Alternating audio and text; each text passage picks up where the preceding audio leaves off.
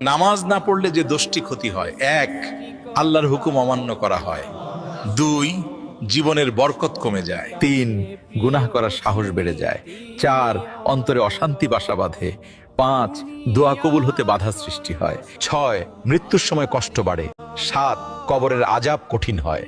আট, হাসরের ময়দানে প্রথম প্রশ্নেই ব্যর্থ হতে হয়। নয়, জান্নাত দূরে সরে যায়। 10, জাহান্নামের শাস্তির পথে চলে যায়। নামাজ শুধু ফরজ নয়, এই নামাজই আমাদের রক্ষা। নামাজ না পড়লে যে দোষটি ক্ষতি হয়, এক, আল্লাহর হুকুম অমান্য করা হয়।